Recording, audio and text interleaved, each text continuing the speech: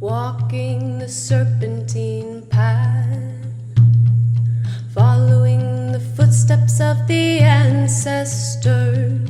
Walking the serpentine path, making our way back home. Hey ya, hey, hey ya ho, hey ya, hey ya, hey ya ho. Hey ya, hey, hey ya ho. Following the serpentine path.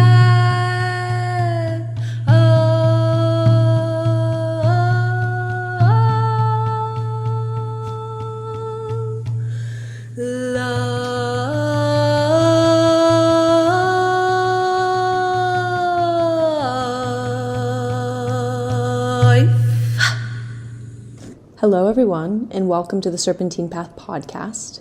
My name is Claire Seed, and I'm a plant walker, song keeper, word weaver, artisana, visual and performance artist, womb wisdom keeper, and your guide on this serpentine path of life. Together, we'll dive deep into all things related to plant medicine, ancestral reconnection, intergenerational healing, womb sovereignty and bodily autonomy, rites of passage and initiation, time travel, shape-shifting, dimension hopping, the reclamation of our collective earth-based practices, and the ongoing, never-ending cycle of birth, death, and rebirth. Welcome to the serpentine path where the ancestors have called us back to. Let's start at the end and find our way back home together.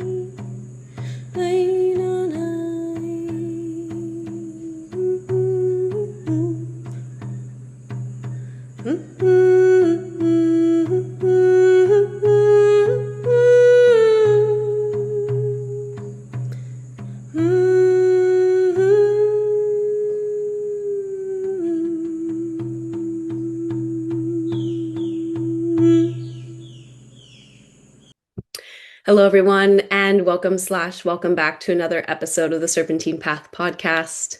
My name is Claire Seed, and I'm your host. And today it is an incredible blessing and joy and pleasure to welcome my guest to the show.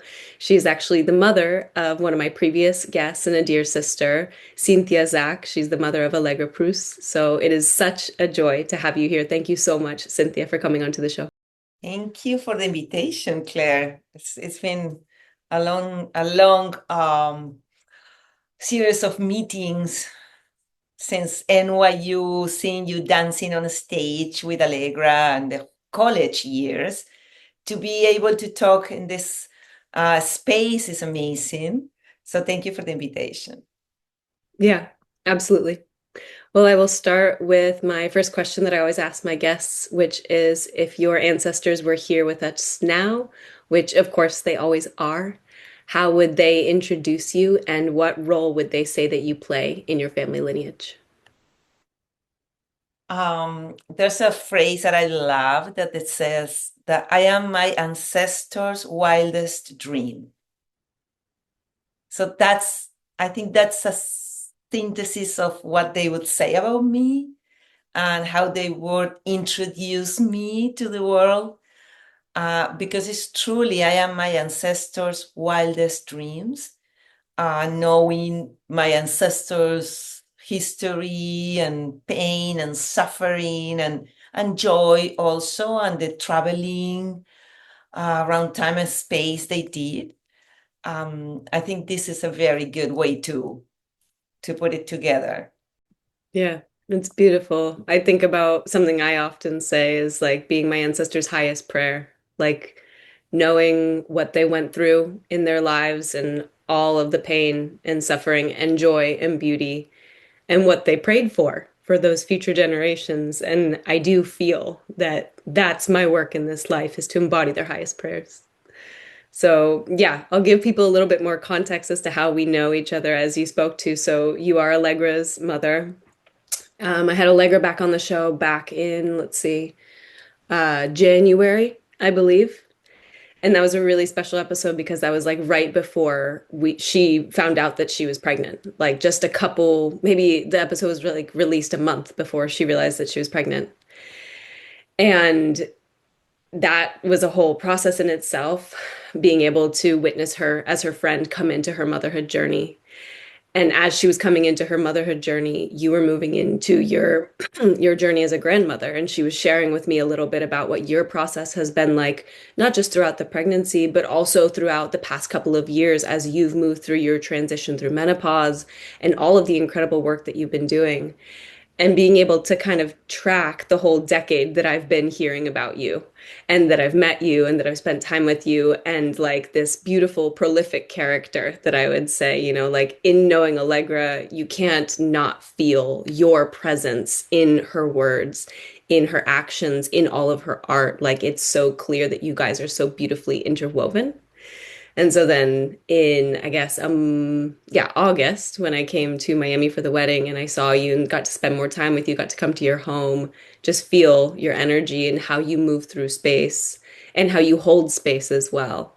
I was like, wow, I would love to bring her onto the show and talk with her about what it's been like becoming a grandmother, right? So that's just kind of a little bit of background of how we know each other and how we got to this moment in this conversation. And I'd love to give you space now to just share about your path, your work, how you orient in the world, anything you want to offer. Yes, this is so interesting to see how things are putting like coming together and the timings of things. It's always fascinating. I love that idea of the interconnectedness of everything, and at the same time, our a little bit like not incapacity, I can say, of seeing the whole picture and the beauty when it's happening. Like, oh, wait a minute, I'm seeing this whole picture now more clear and clear. So we are not getting too much attached into the everyday little suffering that our mind create, only our mind creates. So yes, the grandmother stage is it's happening a long time already. Like I've been working with kids for 30 years, children and families, prenatal, postnatal, through yoga and other disciplines like sound healing, sound exploration, voice activation. I'm a musician and a writer and a journalist, and other things that I'm going to explain during the show or the podcast that you're doing. But I have this yearning since I'm very, very young. I grew up in a Jewish family, non-traditional Jewish, nothing related with rituals or religion, very atheist, really, my parents coming from a very leftist people, Argentinians, first generation in Argentina, from this lineage. We were talking about the lineage of all this suffering of the Jewish people and persecution and guilt and all of that karma that we carry, Jewish people. And I was very aware of that since young age. Like, okay, there's more, there's more. You're not telling me the whole thing. Where is it? Where is God in all of this, actually? Where is the spirit, the high spirit, the guidance? And I've been like searching, and when I was 10, a political situation arose in my country that changed my life completely, the life of all of us. So there was a military coup, like a military government took the government.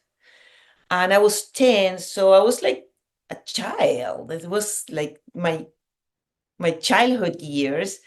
And when the military took the government, everything started being like prohibited. And so my family started going under the rocks with the books and the music and burning books and hiding the music that we were listening forever. So this is prohibited, this is dangerous. So that could be seen very negative or very kind of stressful for me was amazing, because I started looking between the lines where the people with other level of consciousness were. And I got the books, I started reading Carlo Castaneda and all these shamanic traditions. And I was like 13, 14, and I was very much into that with the military government at the same time. So it was like fascinating to see that, and where you can have your free speech and your free will and your free movements. And in this apparently jail, I found the way out. So one of the way out clearly was through books and science fiction and all these shamanic things. And then I started looking for teachers in this crazy moment of time and history. And I was 16, still the government there, the military guys there. The story of Argentina is very traumatic and tragic with the military government. There's 30,000 people that disappear. Yeah. Uh-huh. And still after all these years, there's so much trauma and drama and pain with the Argentinian history. And being Jew in that moment was really dangerous. You're like a combination of dangerous, and your life is in danger. And my parents, my mother was a psychologist, my father was a lawyer. My mother said, never repeat what you hear in the house, outside, never. And if they ask me what I do for living, my mother said that I'm a housekeeper, a home mother. Never said that I am a psychologist. It's dangerous. So for some miracle reason, in between all of that, I had my boyfriend. I was so much in love. I'm 16, and we walk into a small movie theater, and they're showing a movie, and I have these goosebumps. And I saw this movie, Claire, and it's called Meetings with Remarkable Men. And it's the story of Gurdjieff, George Ivanovich Gurdjieff, G.I. Gurdjieff, a spiritual teacher that he was born in Russia. He goes through Afghanistan in the 20s or 30s, and he got into a Sufi monastery in the hills of Afghanistan. And he was trained with the dervishes to twirl and for the prayers and the zikr and everything. And the teacher sent him to Paris, and he opens his school in Paris, and he creates a movement of music and a specific set of movements to raise your attention. He works a lot with the Enneagram, and his whole movement of movements are based on the Enneagram. So I get to this movie theater. I'm 16. I step out of the movie theater and I said, aha, where are they? Where is these people? What is these Sufi people? Where are they? And I start searching for them. See, that's in the midst of the worst chaos, there's always something. If you know how to, if your radar have to be connected. So I really recommend to everybody to watch this movie.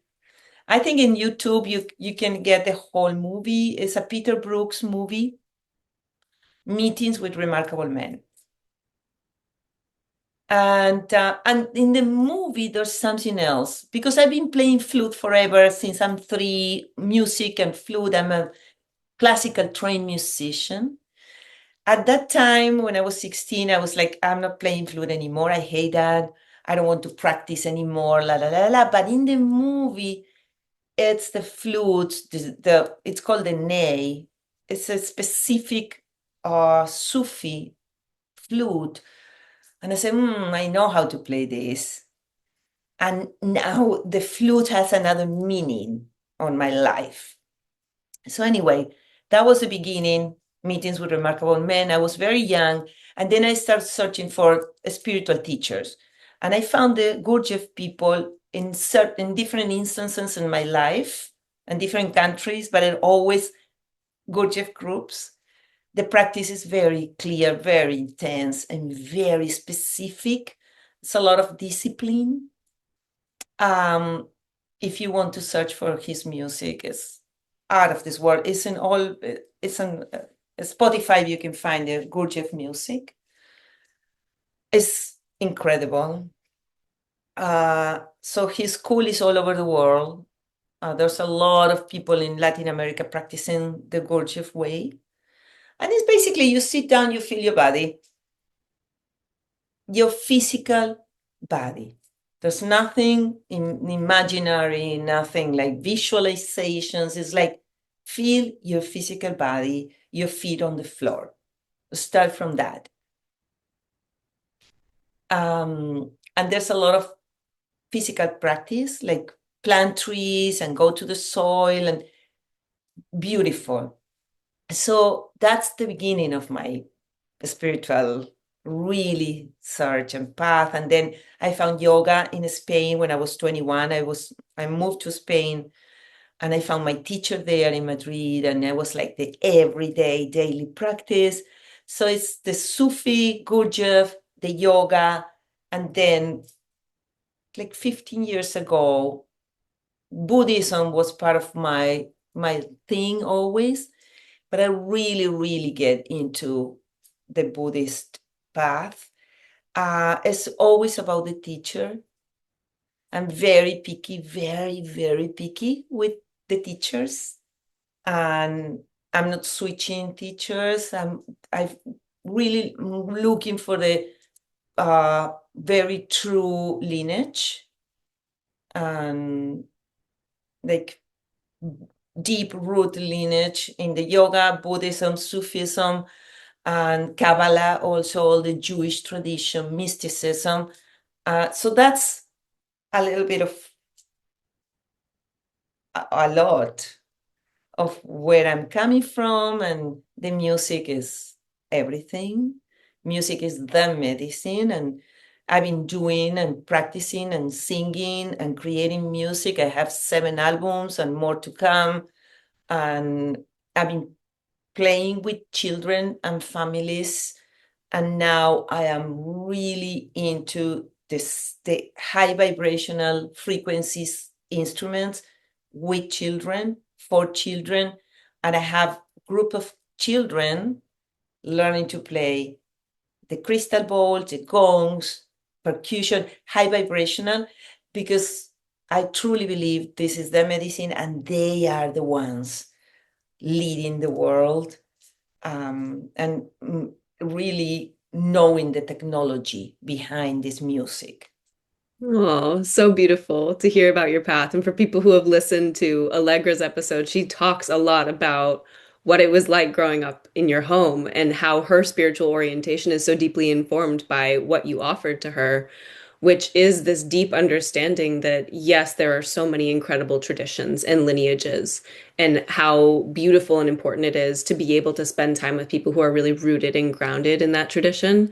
And then to also interweave all the commonalities with them and to understand, okay, what is going to bring me closest to God and my God self.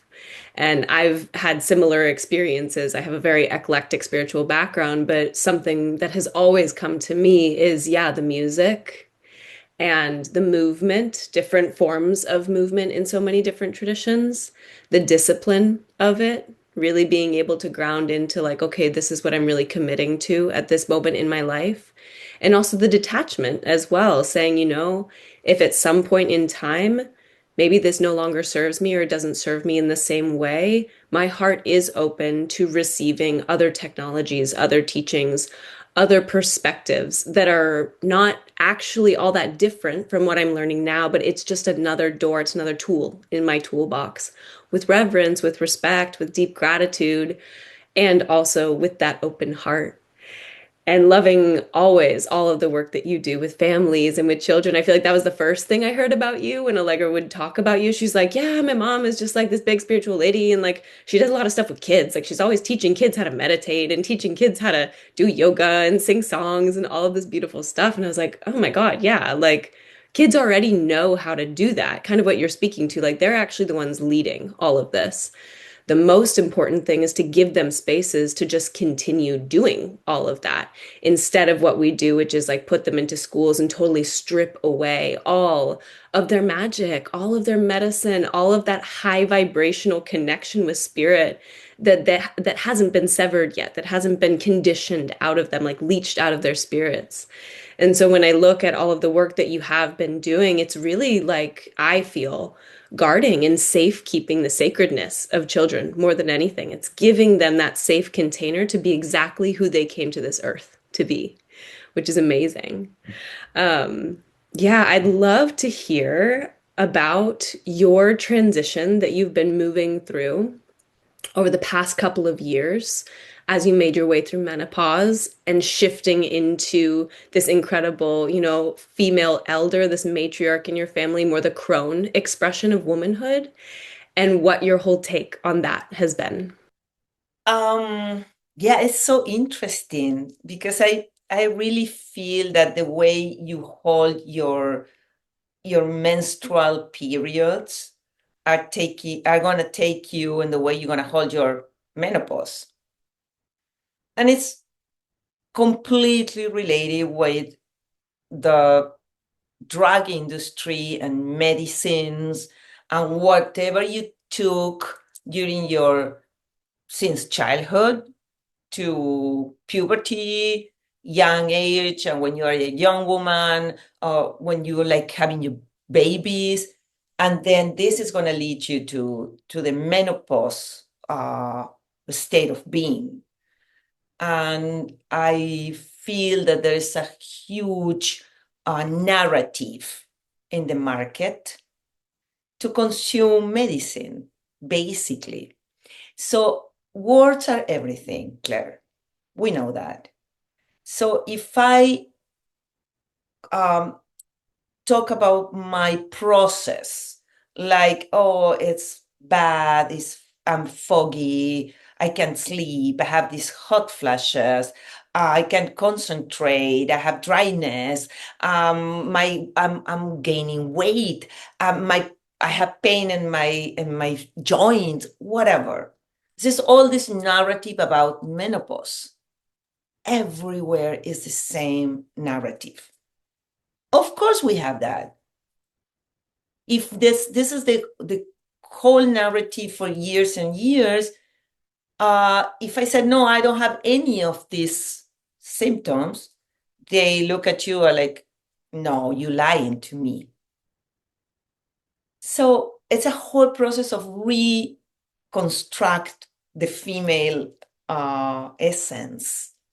And I'm feeling this very strongly now in these years of menopause, that honestly, I don't have any of these symptoms.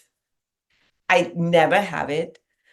And I have a lot of friends that are struggling, and now they are in all this hormone replacement therapy. Eyes closed. They go there, eyes closed. Like, you need to ask more questions. You need to ask more doctors. You need to uh, confront facts. You need to see facts. You need to research for your own health, advocate for your own health. And I see so many, many friends and women that I know falling into traps because, well, I feel that. And the conversation takes you to that. misery love company, Claire. That's so strong. So if everybody's feeling misery, like, well, I cannot go with abundance here. I have to say something about how bad I feel too, or my body is not responding. So I've been transitioning to this menopause really, honestly, Claire, I don't even notice. It was very smooth, very, very smooth. And I do go to the doctor and I do my checkups. I am aware of this is part, I'm not extremist, like never go to the doctor or always go to the doctor or never take a pill or always take a pill. I really truly believe in the intuition of your own body and your sense and why you want me to add a hormone on my body if I don't have any issue. So I started talking to my doctors. I said, look, I'm not going to do any therapy, hormone replacement, anything, no patch, no pills, nothing. Why do I need that? So the doctors, believe it or not, if you start asking questions in the right way, they're more open than you think. And they said, okay, I hear you. Let's keep controlling your bone density. Okay? If your bone density is okay, you don't need anything. So that's a very beautiful approach that I feel. So, okay, I check my bone density. I do have my bone density scans every 2 years. And it keeps coming amazing. So I don't need anything. It's my narrative that I want to share with the audience. Like, wait, stop for a second, check with your doctors, check with your inner guidance, your higher self, how you really feel, and how you really make a list of things that you think you need to improve also. So I've been going through this menopause, but there's something, and I go back to the children, like chapter in my life. There's no one day that I'm not working with children. For the last 25 years, minimum, 30 years plus, before coming to this country, before coming to America, living in Argentina, I've been working with kids in and out all the time. They keeps you young. That's true. So a very good advice, go play with kids, share time with kids. This is one of the things that, because there's a component here that I always look into, when I go into a teacher, always I look for joy and happiness and jokes and lightness. And if I go to a spiritual teacher and it's very like structured and serious, I'm like, there's something odd here. Either it's people that serve plant medicine, shamanic traditions, Sufism, Kabbalah, Judaism, yoga teachers, all of that spiritual path, they need to have joy and jokes and happiness and laughing. My Buddhist teacher, he passed away a few years ago, but Lama Zopa Rinpoche, he was cracking up with us. And listen, this is a high Lama, highly evolved being. And one day I'm going to tell you the way he died, the way he passed away, like unbelievable. Like highly evolved beings laughing, cracking up with you about them, about the group. So that's, I think, any situation in your life needs a little bit of lightness and happiness and simcha and joy, and a little bit of cracking up. And that's with children happens a lot. And I like to start my classes in a non-traditional way, in a non-conventional, and surprise them also, and surprise myself. Because if I sit down, I always open my class, sit down, take a deep breath, and listen to the bell. Let's start the class dancing and moving and walking funny. And then let's go into the practice. But this is a practice too.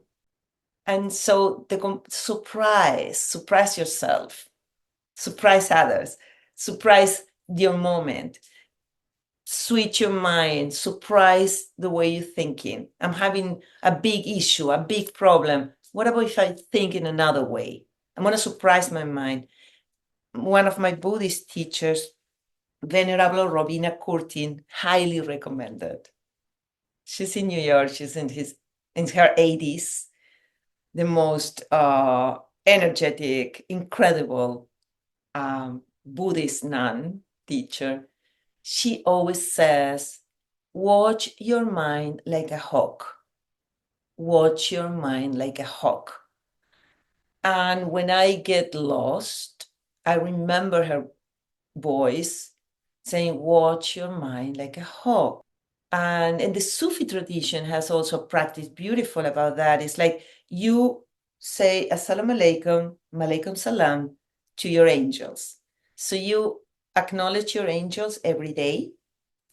You say hello to your angels. It's the same concept. Oh, wait, there's a higher vision.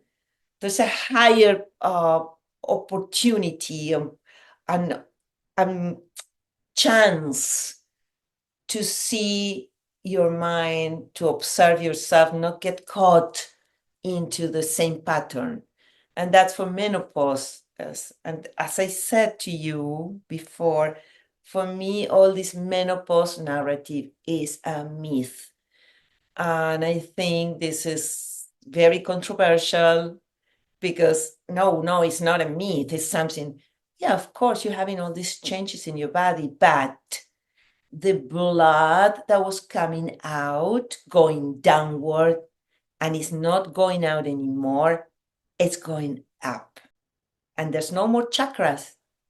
After 49 years old, the seventh cycle of chakras end. And you have two options.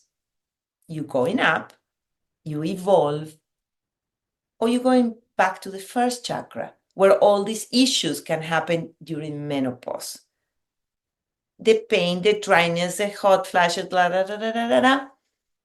And it's a myth. It's all a narrative, a manipulation of the system that we should change, knowing that now the power that my uterus uses for the menstrual cycle is now going up. And this power is my power as a crone, as a leader of the community. Oh, amazing. I love it. And what you started with is like the way that you bleed and the way that you approach menstruation is going to be what your experience is in menopause. And in traditional Chinese medicine, there's three golden opportunities for women of like intense rebirth, not just like spiritual rebirth and rebirthing our community role in the world, but also a very intense like physical rebirth that we go through. And it's menarche when we start our bleed. And that also includes our monthly cycle every single month. It's your death and rebirth, and it is your physical reset as well. It's where your body can resolve any kind of health issues. And then postpartum, after birth, traditionally is seen as a phase of time where actually, if it is really tended to and cared for and supported by the community, if you receive warmth, if you receive digestible food, if you receive body work, if you receive community witnessing and care, you can literally heal all of the illnesses that you've experienced in your life and prevent all the illnesses that are to come. That's the physiologic design of postpartum. And then menopause is that same window of opportunity when you're going through that transition. That's how it's seen in traditional Chinese medicine. Women have this physiologic design of death and rebirth and birthing ourselves into even more vitality, right? And so when I look at the state of women who are your age, who are moving through menopause and who are really suffering in a lot of ways, I really don't see it as like an individual, like you're a bad woman, you did the bad thing, and more as what you were speaking to of like, yeah, well, let's look at how we're midwifing women into menarche, how we're working with that transition between girlhood and womanhood and what's happening there. Very often, what happens very quickly in like the late teens, early 20s, women get on birth control. That completely stunts the sexual maturation of their whole reproductive system. So they're not only getting spiritually cut off from the power of their womb, but like on an actual physical biologic level, they're not developing properly as well. That has a huge impact on the brain, which has a huge impact on your thoughts, as you were speaking to. What words are you speaking over your experience of womanhood? What words are you speaking over your experience as a fertile, bleeding woman if your hypothalamus, your pituitary gland, and your ovaries, so your brain and your reproductive system, your brain and your pelvic bowl, are disconnected? There's no communication happening. And so then, yeah, of course, your thoughts are going to get real wonky. And then you move into postpartum. Women have pretty much no support postpartum. When we think about postpartum, it's mostly associated with like postpartum depression because new mothers are so let down by our modern culture, especially in the West. I know that in Latin cultures, there's still a lot of postpartum care in many of the families, but for most American women, that's not a thing. And so instead of being in this golden window of opportunity to rebirth their vitality, they're just depleted even more and more and more. And then they get to menopause, and menopause is that moment where it's exactly what you said. It's mirroring and echoing your entire experience with your bleed, your entire experience with your postpartum, and then moving into that menopause. And so when I look at women, like I just taught this class, the Natural Birth Control series, which was all about transitioning off of hormonal contraceptives, transitioning off of those drugs that you have been given for so long, and coming back online as a woman. And it makes sense to me that we see at this point in time menopausal women who spent a vast majority of their reproductive years on pharmaceuticals. And so why would they do anything different when they get to menopause? That it makes total sense, right? And what you're speaking to is really, I mean, it's so much around womb sovereignty work through your whole childbearing continuum from menarche to menopause, those like what, 25, 30-ish years when you are a bleeding fertile woman.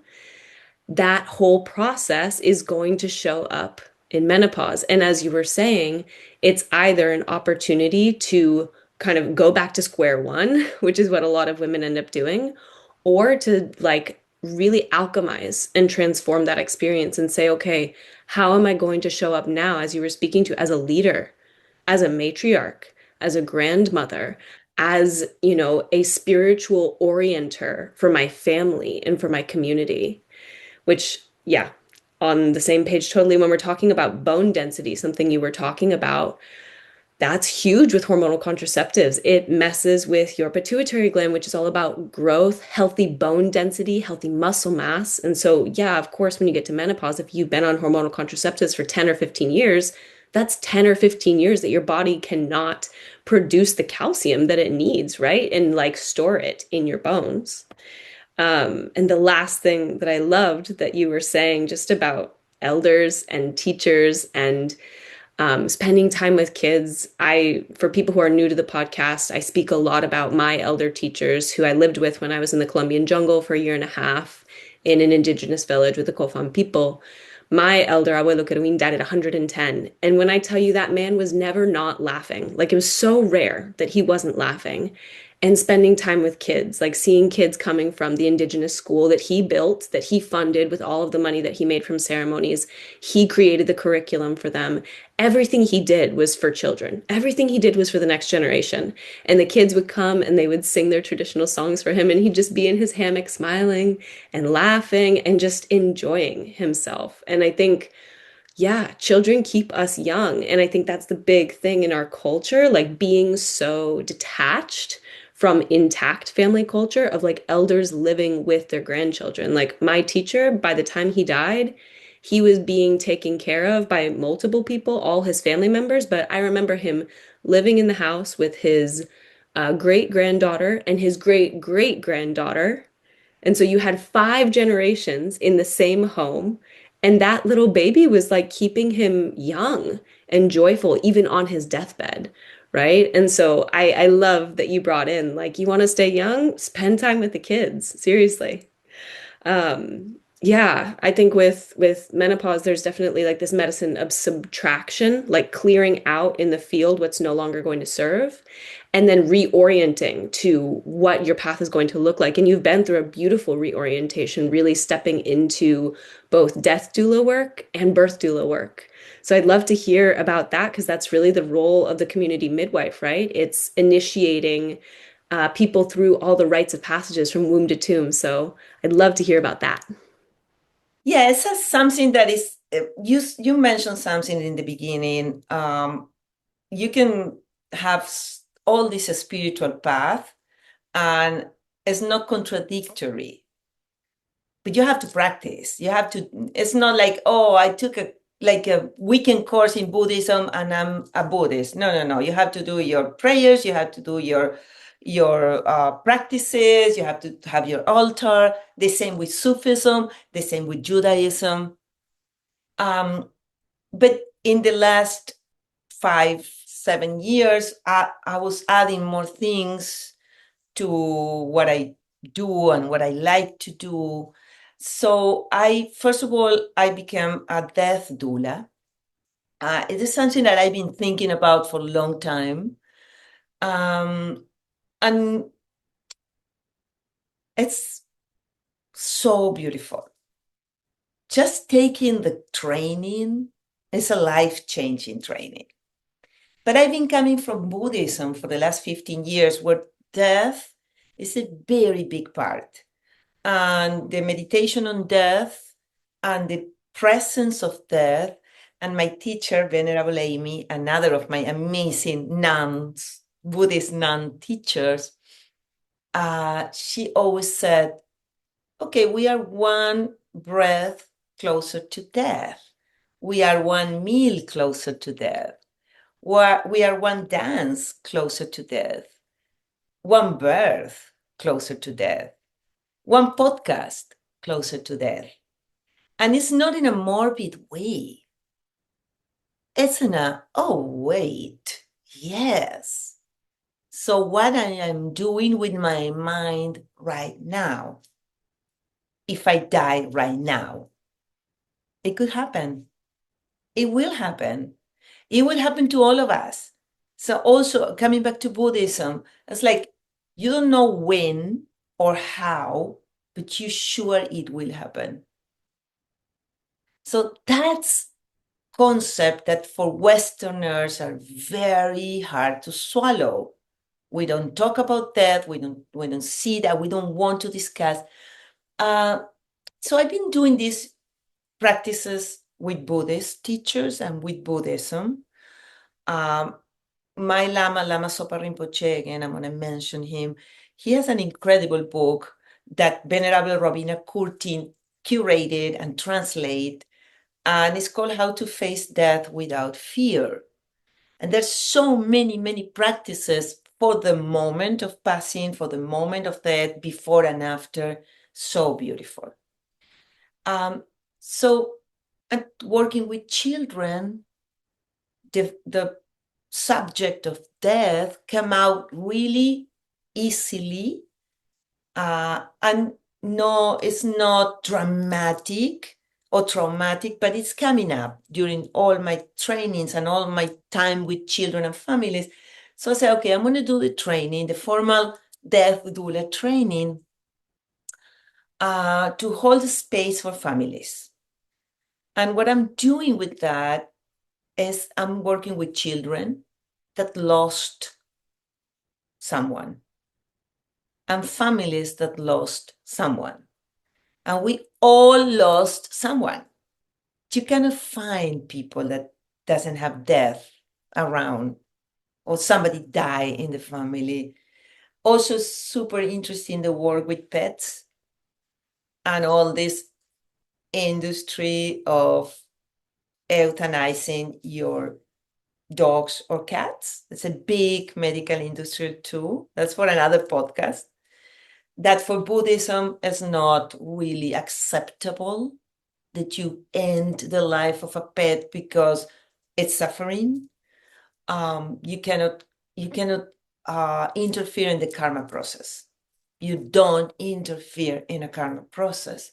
You can help the animal, you can help the pain, you can give painkillers, of course, but you will let the process happen by itself, because until the last breath, there's a mission here for all of us, all the living beings. So that's the death doula, and it's been, okay, people call me for many things regarding death. One of the things is something that I do with Allegra all the time, that is ceremonies and closing or life ceremonies for people that departed. And it's so beautiful. We are at the beach here in Miami Beach, so we do a lot at the beach. And you have this gathering, remembering the person that left this body. And I'm working with children one-on-one and groups. And my medium is the music. Because you sit down with a kid that lost a parent, or kids that lost a friend, or grandfather or somebody in the family, or a pet, and you sit down with a crystal ball and you start playing, and words start coming up without me forcing any conversation. Nothing. It's just the conversation about death and going away and things that end. So deaths all the time. Our cells are dying all the time, and the cycles, like the menstrual and the non-menstrual, and the menopause is another death, and the birth is a death of a maiden, and the birth of a mother, and is a mourning of a pregnancy. For 9 months, you have this being growing inside of you, and when you give birth, it's also sad. And you have an amazing baby in your arms, but it's also like, ooh, and I have 3 children, and Marlon is 31, Allegra is 29, she's gonna be 30 in February, and Satya is 18. So I see the processes, and I see the cycles, and I see how it's moving, and my own life, and the end of my marriage, and the end of many things. Satanama. We go back to the mantra. This is a Gurmukhi, or like a Kundalini mantra. Satanama. Birth, the growing, the death, and the rebirth. Always in a process. Satanama. Satanama. Remember that you're going to die. Again, not in a morbid way, in a grateful and celebration. If I die right now, what do I do today? What I think today? What I give to people? Another source for me, I mentioned the children, another source of incredible joy, and I really highly recommend it to everyone, is service. Go out, people, serve. Go out, serve, do something for others. It shouldn't be like, oh, I'm sending money to Doctors Without Borders every month. No. Well, you can do that. You don't even know where this money is going, really.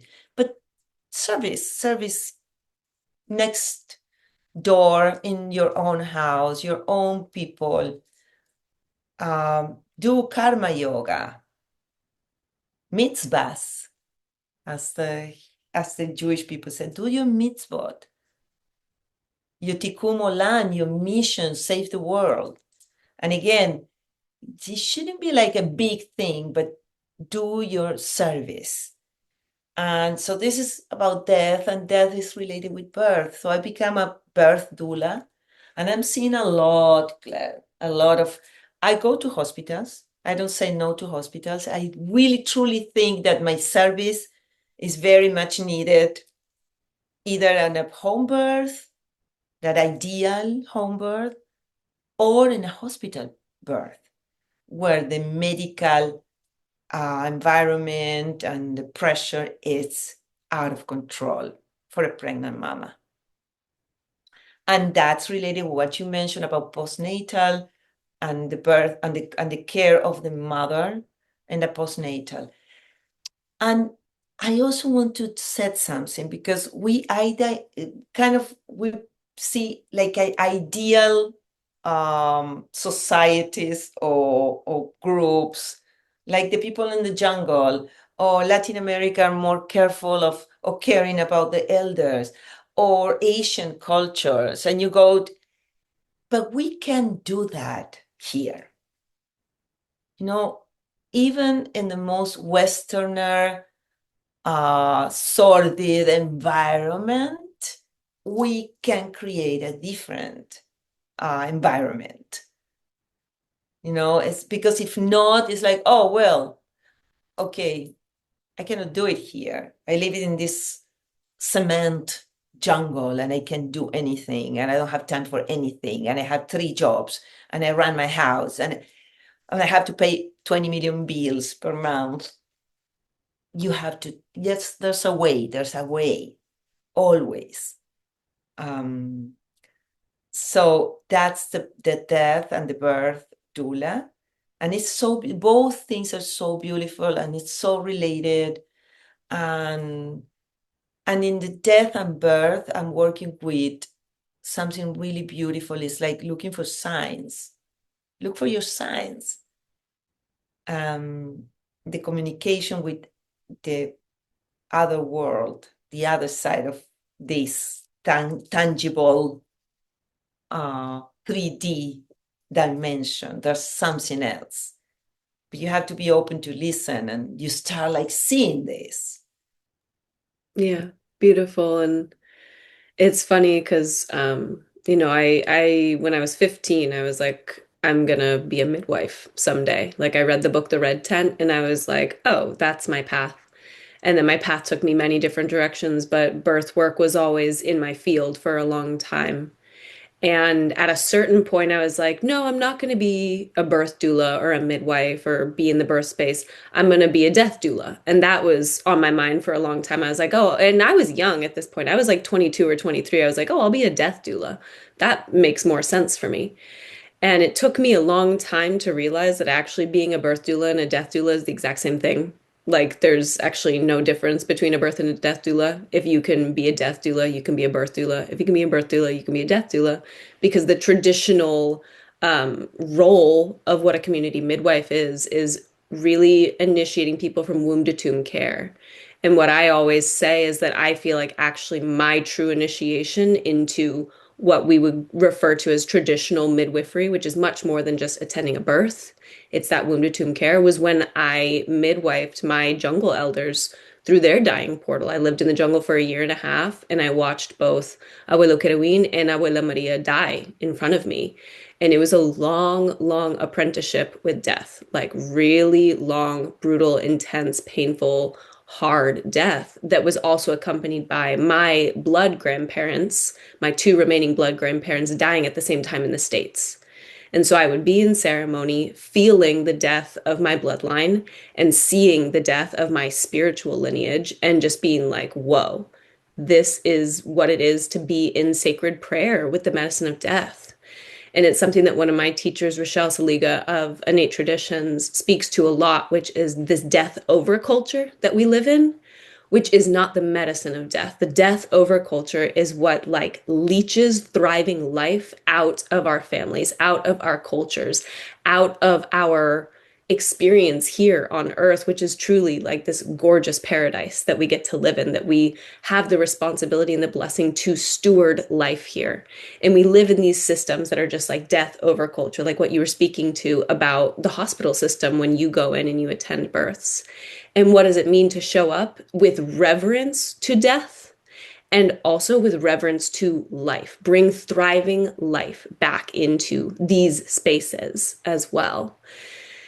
And so I feel like all of that has really brought you into this incredible portal of becoming the grandmother, right? Like you went into your birth doula training during Allegra's pregnancy. And so, what has your process been like in becoming the grandmother as your daughter is becoming the mother? Like, what an incredible portal that you guys are going through together. It's so fascinating because you add in a role. I see that like a mother and grandmother, she's daughter and mother. The sisters or her sister became an aunt and her brother became an uncle. And my brother and sister and my nieces and nephews become you add in a role, you add in a layer. Um, and for me, it's observing the process of my daughter as a mother and the things she chooses to do and not to do with highly respect. And that's mainly the beauty of that. And you see life happening. And also very grateful, Claire. Like because of death, I'm here. And I have so many friends that died already. And they were not able to do this, to see that, to experience that. So it's a gift. It's a present. Like, oh, this is so beautiful. And also uh, the beautification of the spaces and creating more space for the baby and for the baby's needs. And also seeing the birth of a family, her own family, and the way she manages her own family, her own life, her own kid, and the kids that are coming, the future babies.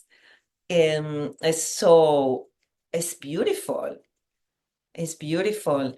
And seeing the team she chooses for everything, also to the midwives and the doulas and the postpartum process, the preparation for that, the level of consciousness on that also.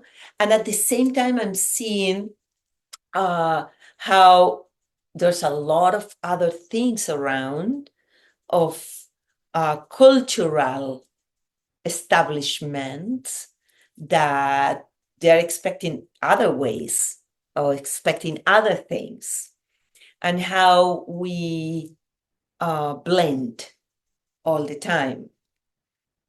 My sheikh, Peter Kunz Effendi, my Sufi sheikh, he's incredible.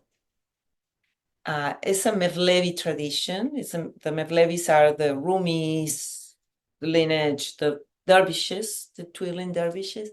So he said something like, for me, is like the same, like watch your mind like a hawk, is nothing compulsive. Nothing compulsive. I think this is a beautiful mantra. Nothing compulsive. And it's so much needed to raise a kid and to hold space for the new family. And my daughter as a mother, nothing compulsive. No extremes. Because when we know so much and we practice so much, there's a tendency to go to kind of, it's black or white. This is my way or the highway. And I like this man, nothing compulsive. And when I see that I'm getting compulsive into a practice, a way of thinking, a way of eating, a way of exercising, nothing compulsive. You can drink a glass of wine. Yes. You can hear reggaeton. Yes. Do whatever makes you feel alive and happy. Nothing compulsive. Like, and it's with everything that I mentioned, that I go to the doctor. It's not that I'm against the Western medicine, but I go with my medicine Buddha mantra. Because I see how Western medicine save life. Yes. Come on. Yes. And I see how other medicines like that Chinese or the shaman or the plant medicine save life. Yes. Absolutely. So go to these things with your mantras, with your medicine Buddha, with your practices, with your awareness, nothing compulsive. And this is so beautiful with the children, with my grandkids. We opened a school a few months ago called Bloom, with people that wanted to open. We just start with a little pod once a week with the concept of the sacred space for childhood, Bloom. And it's so beautiful because I have a grandson and other grandkids coming up. And it's like, oh, yes, this is a space for them. And usually mothers, like we start searching for answers and schools and educational system when we have the kids. And there's an incredible for me, new humanity. It's a new race. And when you go into neuroscience and see the brain of a new generations, especially 7 and down, like 7 years and younger, and the babies that are born now, and I working as a doula, I see these babies like, wait a second, this is not a newborn, a traditional newborn. This is a highly evolved being, so aware, so like, I'm here, and what can I do? I have to work on my lineage and not transmitting guilt, shame, fear, the things that I was carrying. I need to cut it. I need to stop. We need to say, okay, this is end with us. Yeah. All this trauma needs to end with us. So beautiful. And when I came to Miami for the wedding and I got to see Allegra before, and I hadn't seen her in, God, like 2.5 years maybe, and seeing her pregnant. And it was so beautiful because I really could sense, like, wow, she has really landed into her role as mother.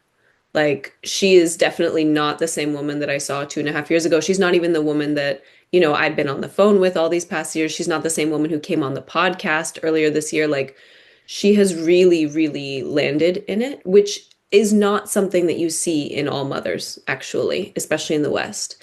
And what I would say about that is because there's often so little intact community witnessing and celebration and ceremony of what it has been, like her whole gestational process, which you guys have been in like a full, ceremony the whole time. Her pregnancy was just full ceremony, right?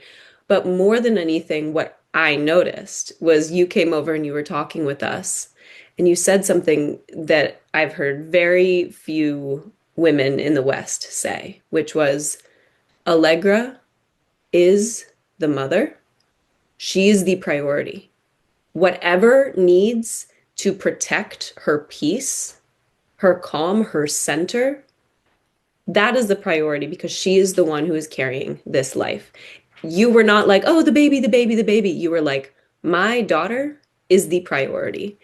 And the protection medicine that I felt from you in that moment was profound. And I was like, I mean, yeah, we don't have that in our modern culture. And you were like, yeah, but we can bring it back. Like, you were so aligned in that, as what you were speaking to earlier of like, just because it's maybe been fractured in our lineages for the past couple of generations does not mean that the biological blueprint of that grandmother role as that protectress, as that guardian of the becoming mother, that's inside of all of us. And I felt that so strong from you. And in that moment, I was like, oh God, she has to come on the podcast because this is a woman who has rewoven that into her lineage. This is a woman who has taken that chapter of menopause to really prepare herself for what the role of grandmother is going to be.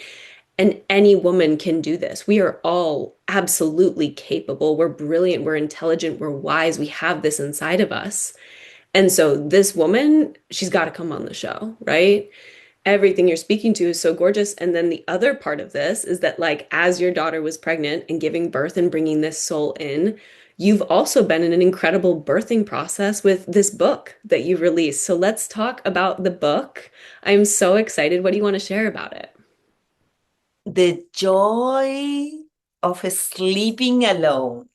The joy of sleeping alone, which, by the way, Allegra did the audiobook. You can find also the audiobook in all platforms, Audible, Amazon. We went to a studio while she was pregnant, and she was the voice. She is the voice. She recorded the whole English version. So this is my fifth book. I have three books that I wrote years and years ago, apparently for children, ended up being books for adults. It's a collection of three parts of books that is about mindfulness and exercises, and there's a whole book about breathing for children. But then the teachers and parents said, oh, wait, this is not for my students or my kids, this is for me. So that was an interesting process. I published my first book in 2011, and I finished the first book in 2009. So it's like, 18, 19 years ago, I started really like doing the book part. I had another book called Enciende tu Corazón, Ignite Your Heart. This is only in Spanish. It's a book for like rituals. It's a beautiful book. But then last year, I published in Spanish, El placer de dormir sola. And the publisher decided to put it also in English. So it's The Joy of Sleeping Alone. And this is 64 rituals for women.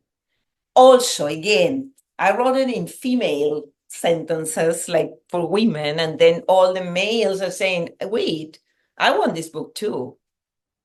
I like this book too. So the idea is, first of all, it's very like interesting and light and funny, because I did a big research in the history of the bed, which is fascinating. Why we sleep in this thing with a mattress with four legs on top of another thing. What is the story of the bed? And what the story of the bed has to do with humanity and human evolution and dreams. So from the history of the bed, I go to dreams and the lucid dreams and the process of dreams and the cycles of dreams during the night. And then there's 9 chapters where each ritual is a very simple way. I explain step by step how to do it and why, what is it for. To become a queen of your bed. I'm not promoting a sleep divorce. What I'm promoting in the book is take one night a week, please. One night a week by yourself, without your partner. The best scenario is that you sleep in a bed alone. If not, you can put a like kind of a mattress next to the bed, or find a way. And the book is so fascinating, because talking to hundreds of women, 90% or 92% says, I sleep better when my partner is not around. I sleep better. And then I did a big research in the science of sleeping, and I've been like doing interviews with experts on dreams and quality of sleep and quality of rest, and what happened when you have somebody next to you. The noises, the smells, the fluids, the movements, thoughts, dreams, subtle bodies connecting. It's incredible, incredible. Sleeping with children, sleeping with animals in the bed, all of that is in the book. And it's been incredible. It's an incredible journey. Next year will be a big year for the book because I'm going to be doing a lot of presentations and a lot of things. It's my first book in English. So, and the publisher Inner Tradition is a big publisher on mysticism, esoteric book. They work mainly with this type of writers, authors, and it's incredible. It's an honor to be part of this publishing company and to have this book in English. The joy of sleeping alone. How you feel with that title? No, it's so beautiful because when you first released it in Spanish, just the title itself was so resonant for where I was at in my life. I was moving through a really heartbreaking separation with the man who I thought was going to be the person I spent my life with and the person who I was going to have a family with. And I was grappling with the reality of like, I've been sharing this bed with this man for 3 years and now I'm sleeping alone. Like, to just be in my own bed alone, that's so hard. Like, that's so lonely, that's so scary, that's so painful. And now it's been almost a year since that relationship ended. And it's so beautiful to just be in my own dream space, my own medicine of sleep, my own rest, come back to my own center with it. And something you were speaking about of just like the importance of rest. Like, women don't sleep very well, especially when they have children, right? Because a lot of the time, their brain is just constantly thinking about, like, what more do I have to do? What can I do more for my children? What more can I do for my man? What more can I do for our animals, for our business, for our home? Like, it is just a constant thing. And it's really true, the energy of when you're in bed next to someone, whether it's your partner, your husband, whether it is your children, whether you're, sharing the bed with like your sister or a friend, whatever, it has a deep impact on those subtle levels of spiritual information that you're receiving from the other realms. There's so many different cultures that speak about the dream world as just as real as this living, waking world that we're in, and the impact that it has on us when we don't have that really sacred space of just like being alone. I would also say, too, it's like, it's so easy for women to get deeply enmeshed with other people's stories, with other people's problems, with other people's lives. And to be able to just say one night a week, it's fully about me. It's about me and my dream time. It's about me in spirit. It's about me and my rest. I'm going to give that to myself once a week. It is that it requires discipline, it requires boundaries, but the impact that that is going to have in the rest of your life because you start recognizing, I deserve to feel rested. I deserve to feel at peace in my body, in the quietude, in the solitude. And so then that has a deep impact how you're going to show up in the world because your boundaries are going to continue to get clarified. But then you can also serve even more energetically because you're rested. You can do your work with more joy, with more love, with more vitality because you're pouring into yourself. And so I feel like it can seem like a simple thing, right? Oh, sleep better. Like, but it's like actually that is one of the most important medicines that we have, natural medicines, right? Sunlight, food, water, sleep.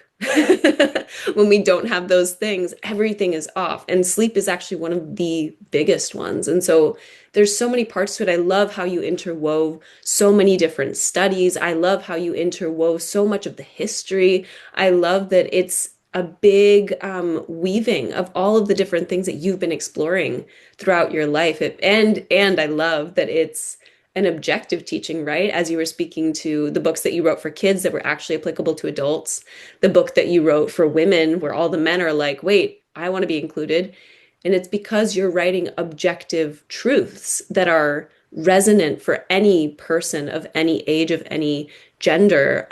That's when you know that the medicine is very pure because it doesn't just speak to one audience, it speaks to the collective. even though you are speaking also from your own experience of doing this work as well. So I'm super excited for you. People can, well, actually, where can people find that book? You can tell us. Yeah, I'm gonna say something besides rest. The book is going very deep into the production of lucid dreams, how to do it, how to create your lucid dreams. And this is not this is for everyone. It's not something that is reserved for like yogis or people that meditate for hours. Like you can do it. So the book explains how to, because in the lucid dreams, you can change the apparent reality that is stuck and not changeable and not moving and it's like heavy. So that's why. The book is available in all bookstores, and you can order online in all the platforms, and you can have the audiobook also version. You can go to your main library and ask for the book, and you're going to get it. The distribution is fabulous, fabulous. So I'm so thrilled and honored and happy. So yes, and my idea for the book is doing like do a little tour, presenting and showing and talking to women and creating awareness and opening like the conversation, because what happened with the Spanish version that I did a lot of like press campaigns and in Mexico and Argentina, everywhere. Women are still afraid to talk to their partners about the need or want to sleep alone. So it's fascinating. So they came to me and they said, I'm still afraid. There's something there that I don't know how to say it. I don't know how to talk to him. And for me, there is so much information about the dialogue, the roles, the interaction, the partnership, so much. And I said to them, if you have this uh, kind of like wanting to try and you have this fear, this is something big you have to see. What is the impediment? What is the fear? And many of them says, okay, so yes, I talked to my husband, I told him and he's fine. But then he said to his family, and his family came to me like, are you crazy? Are you separating? It's still a stigma.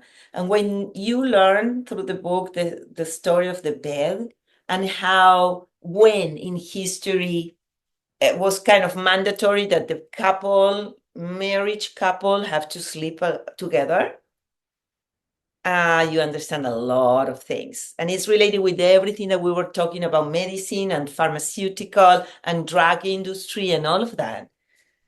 Because in the Industrial Revolution, they need women to be as like a workforce, same as men. So they break, cut, and finish our own circadian rhythm.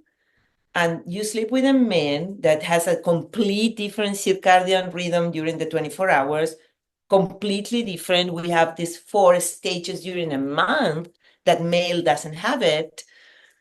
And then you are sleeping and this, the alarm sound at the same time, and you have to wake up at 6 a.m. and perform as a man, but with the obligations of female also. So you have to go work, do 2 jobs, and also taking care of your kids, your house, cleaning, and the whole thing that a female do and a mother do. So it's interesting because you understand how the economical and political situations play a big role in what are we doing with our lives and where are we as a society, as a community, and what can we do to change it also. Oh, thank you for sharing all of that. So juicy and really, really exciting. I'm so excited about the book in Spanish, in English, all of the things to come with all the different events that you're going to be doing with it, all the conversations that are going to be had. Really, really thank you for this work. It's incredible. How can people find you and connect with you and all of that good stuff? I use Instagram. Not so much lately, but this is a good platform. Cynthia Zak Official. That's my Instagram. I have a website, cynthiazak.org. My email, yogamusic19 @gmail.com. This is an old email when I was doing yoga music all over the world, and here I was going from one school to another, teaching like about 450 kids a week. Yeah, fun. It's fun. Yes. So that's my way, the way to reach me. And if you need more information, the book is available everywhere. You can buy it online everywhere. All the big libraries or bookstores has the book available. So I'm very out there, reachable. Amazing. Thank you so much, Cynthia. This has been such a joy and such a pleasure to just hear more about your life, your path, your work, this incredible transformation that you've been going through. So many blessings for the path forward, your beautiful family, your beautiful daughter and grandchild, and the rest of all of the beings that you steward and guide with your incredible light. So thank you. This has been such a joy and a pleasure. Thank you. Thank you, Claire. Thank you for having me and for your service. This is a this is an incredible service, and I know what it takes to do it, and the discipline and the focus and the strength, and keep doing it. This is amazing, and you enlighten people with these episodes and each of your episodes. Thank you. Thank you. That means a lot. Thank you.